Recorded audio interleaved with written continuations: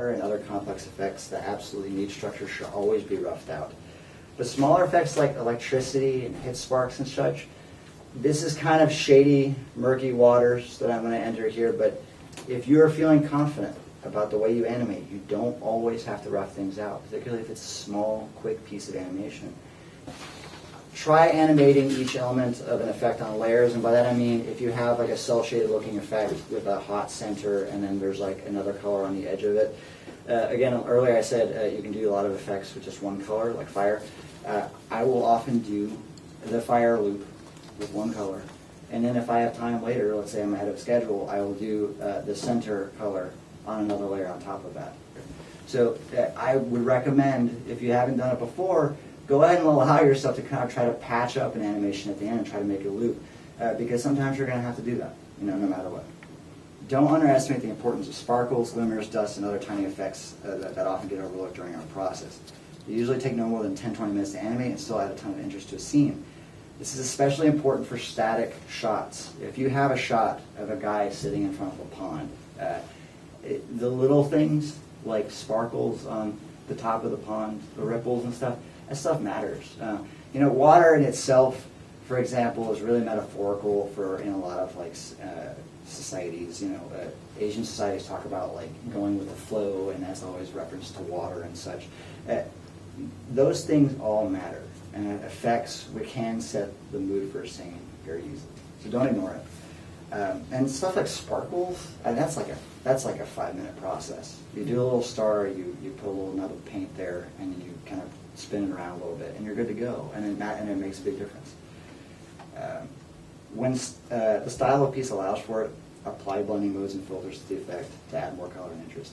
This can easily compensate for problems that arise when working with small number of colors. I'm notorious for doing this even when it's problematic.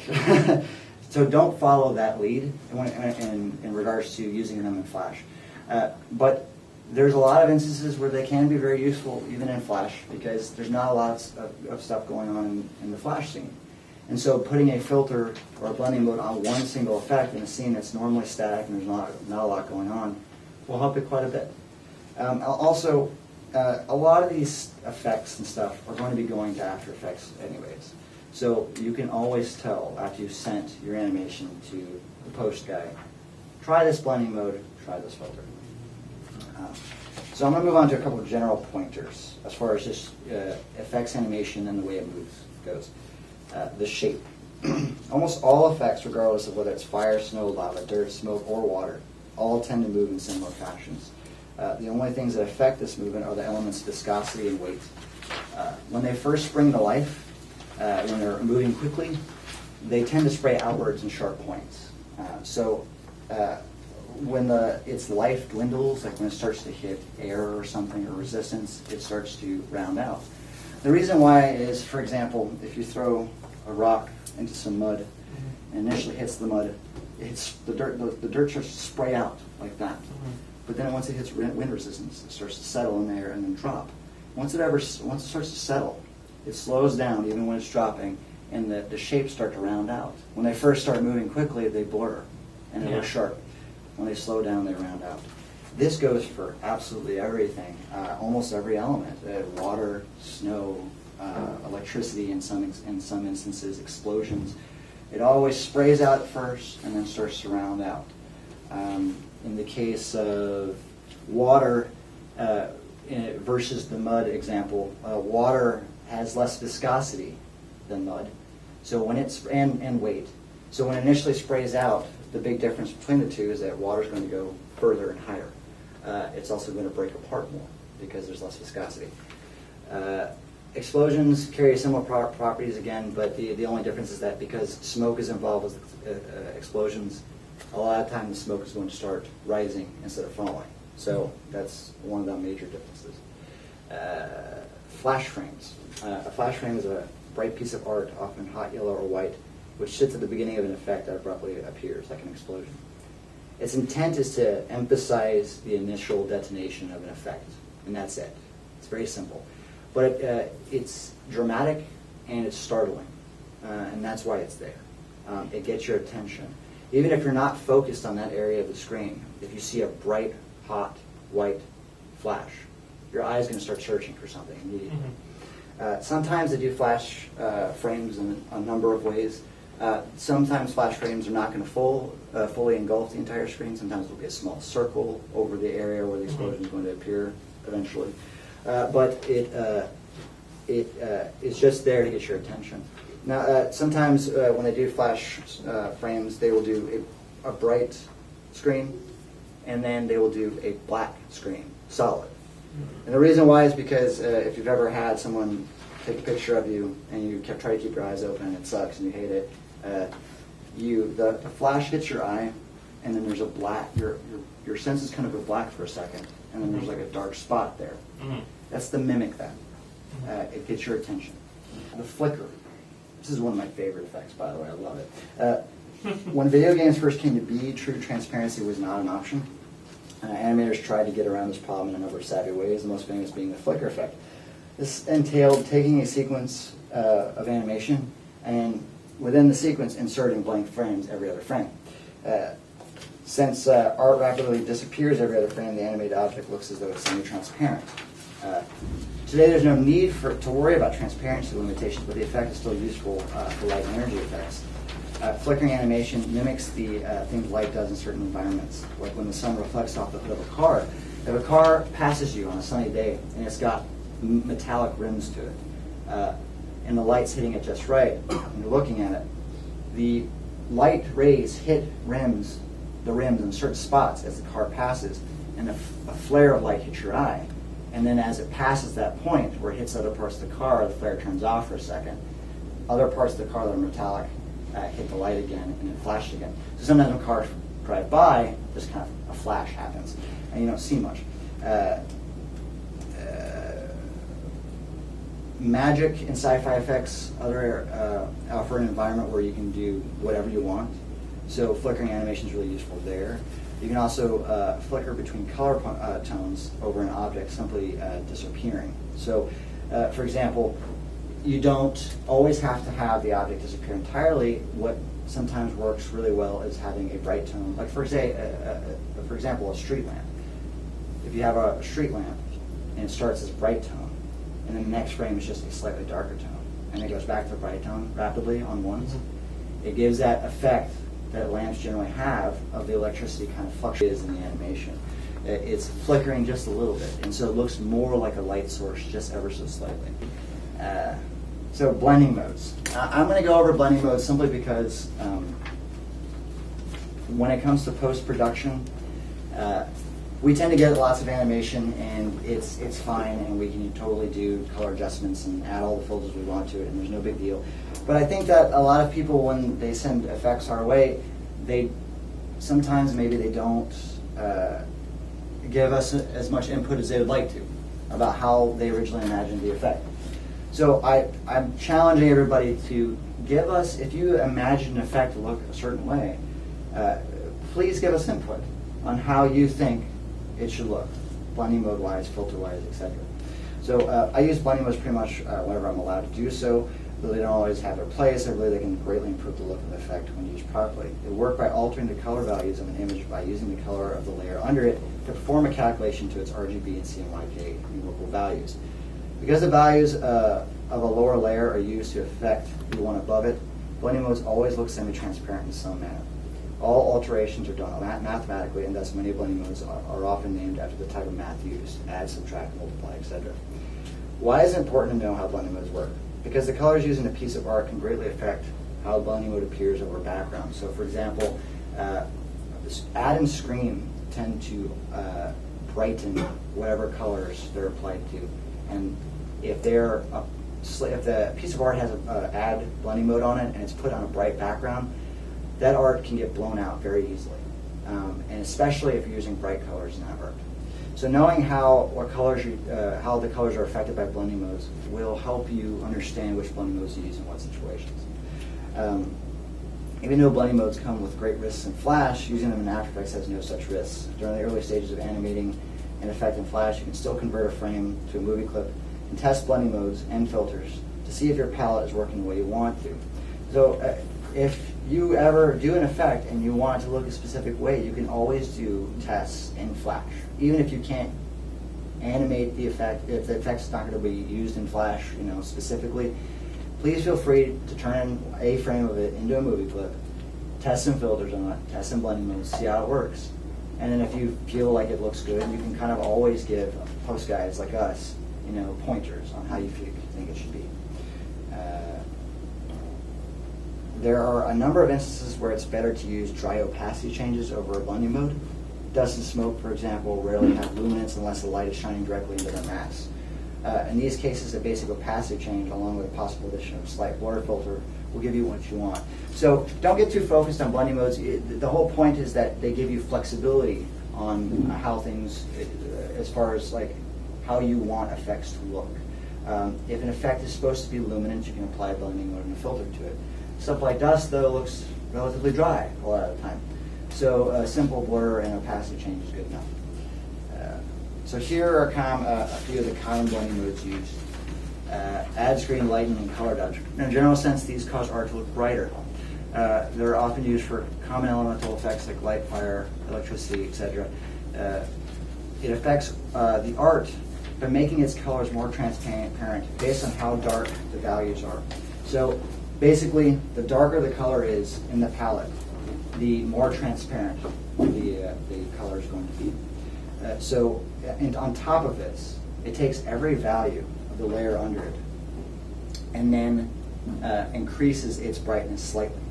So it gives the illusion that it's going to make, that it's like a light, basically.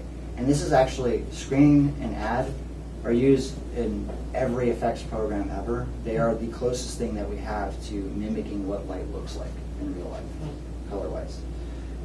Lighten and color dodge are far less useful than add and screen. Add is like really, really intense and bright. It's like the closest thing to like natural light. Screen is a little bit more dull than that. In the stuff that we do here at Powerhouse, I recommend screen because it is, we don't want strong colors cutting into sort of our saturated artwork. We do a lot of cartoony stuff with saturated artwork, and so screen adds like a little bit too much sometimes. Lighten affects the brightest values of a color only. Like it only applies to whatever the brightest values of the layer below it are. And so it's less intense than screen or add. And color dodge, not on top of doing the typical making darker colors more transparent, it also increases the contrast of all colors above it. So what ends up happening is that it's way intense and it causes a lot of color banding, which is bad. Unless you have a very cel-shaded looking project where you want color banding to happen. I often use combinations of movie clips, clip filters, like glow with these effects, screen and add, plus the glow filter and After Effects or Flash is by far going to get you the most mileage in any effects situation. I could promise you. It's the dumbest, most ghetto trick ever, but if you have any sort of effect that is a light of any kind, fire, an element, that combination is going to make it look very natural. So I remember that, because whenever you don't know what to do with an effect, even if an effect looks bad, let's say you get a bad piece of art, but you got to get stuff out the door, apply those filters on it, I promise you it'll apply to make it look better. Darken, multiply, color burn, linear burn. These options darken the palette of the layer while also implementing a value-based opacity change. The brighter a color is, the more transparent it becomes. This does the exact opposite of the screen and add blending modes. All blacks become solid, and all lighter colors become more transparent. And that's the end of it, really. These are commonly used for shadows for whatever reason. They can be used for effects work, though. In the case of color burn, it's pretty decent for smoke from a fire. If you have like really black smoke, putting color burn on it can kind of do weird things to the color into the edges as it feathers out, and it's kind of nice looking. If you've ever played a Final Fantasy game and cast dark magic, like a black hole or something. Yeah, dark magic often has multiply or darken and multiply and color burn transfer modes on it. A lot of them. Overlay and hard light, both options combine multiply and screen modes to form a hybrid blending mode. Both blacks and whites are opaque, while midtones show some level of transparency. In the case of hard light, The brightness of all highlights and midtones are brightened to some degree, while darker tones are burned. I often use highlight as an alternative to screen or add when the background the effect is sitting on is too bright. However, that said, hard light is very useful for thickening effects where you have screen and add blending modes on it by doing this little trick, which is that if you have an effect with screen or add on it and it's sitting on top of a bright background and it's getting kind of blown out, what you can do is duplicate that layer, and then on the bottom layer you turn that to hard light and then lower the opacity down to 50%. What that does is, or lower, what it does is it kind of thickens up the transparency on it so that it still sits on brighter backgrounds and is still visible without getting too blown out. I think that overlay, which is like kind of like the sister to hard light, but is not quite as extreme, is good for transparent layering and compositing. For example, if you take like a scene where you kind of need to darken the mood, and you need to put the focus on something that's near the center of the screen, you can take a gradient with black edges and then like a white or like a yellow center, and then put that on top of everything in the scene, and then put that on overlay. And what it does is it creates like sort of like a vignette effect, but while also brightening the center just a little bit. Overlay is pretty decent for that. So let's get to the part where we compensate for movie clip problems. If you use any of these effects at all, you should always do so with caution, and sometimes never. They can be really problematic a lot of the time. But if you do use it, if the project is allowing for it, there are problems that arise for no reason. And the common problem that you will see with movie clip effects is that all of a sudden they will not play properly. It will change to a blending mode that was not set originally, or they will appear on different places of the screen, and it'll look like you can't fix it at all, but you can. The most common way and the best way to fix it is to put each individual frame of the animation into its own separate movie clip. So don't dump a bunch of animation into one big movie clip. Put each individual frame and set it as a movie clip. It is a total pain in the butt, but when you do that, for whatever reason, it fixes the problem a lot of the time. And on top of that, it also allows you to scrub through your animation on the main timeline without problems. You don't have to publish a SWIFT. So it's useful for a lot of reasons. If you're worried about like taking filters and having to copy and paste them across, you don't have to. Just onion skin everything, select every frame, and then you can copy and paste a filter to everything. And you can also change blending modes that way also. Do not bury movie clips really deep into a flaw. If you have the main timeline, and there's a symbol on that timeline, and you go into that symbol, and then there's another symbol in there, and you go into that symbol, and you go into that symbol, and then you put an effect there with movie clip effects, it is by far going to bug out, for sure. Like the deeper you get into a flaw, the bigger the chance of it bugging out. So keep them as far out as possible, because even option number 1 is not going to fix it if it gets too deep. If a movie clip spontaneously, even despite taking all these precautions, starts to bug out anyways, a really common trick for fixing a movie clip that starts bugging out is to simply change the movie clip to a symbol and then change it back to a movie clip. For whatever reason, this will fix the problem instantaneously. And you can go back to change it to a graphic? The graphic symbol, okay. Yeah, sorry. For whatever reason, that fixes the problem. Now, this will remove whatever blending modes and filters that you originally set to it, which sucks, but you can always copy those before changing it and then change it back and then put them back on. This is going to fix the problem 100% of the time. However, if you do it, it will most likely come back at a later date for no reason. If it does, do the trick again. If you publish a SWIFT and that problem is there, go into the flaw, do the trick, go back out, and republish it. It might fix the problem. It's weird. So anyways, keep that in mind when you're animating effects. You don't have to go crazy. It's simple stuff, works really, really well, and does a lot. And it takes no time at all. That's it, I'm done. Yeah. Hey.